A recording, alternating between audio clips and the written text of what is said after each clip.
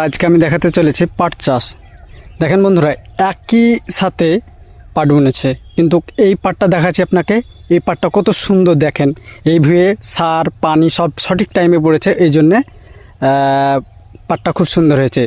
আর তার পাশের জমিতে দেখেন একই জিনিস, একই দিনে পাট বোনা, কিন্তু এই পাটটা দেখেন যে পাটটা কতটা মানে স্লো চলছে, স্লো যাচ্ছে, যে এই গাছগুলো খুব একটা ভালো নাই, কারণ এই ভুঁয়ে সার বা পানির অভাব আছে। আর তার পাশের জমিটা একই দিনের ফসল বোনা, এই জমিটা আর এই জমিটা একই দিনই বীজ বপন করা আছে। এই জমিটায় ভালো পানি বা সার পেয়েছে বলে গাছগুলা খুব সুন্দর লাগছে দেখতে, এবং এই জমিটার সঠিকভাবে সঠিক পদ্ধতিতে পানি বা সার পায়নি, তার জন্যে এই গাছগুলো অত খুব একটা ভালো নয়। তাই বলছি কৃষকরা সঠিকভাবে পানি দিবেন, মানে যা যা প্রয়োজন পাট চাষ করতে, যেমন জল সার সঠিক নিয়মে যদি দেন তাহলে এইভাবে ফসল হবে।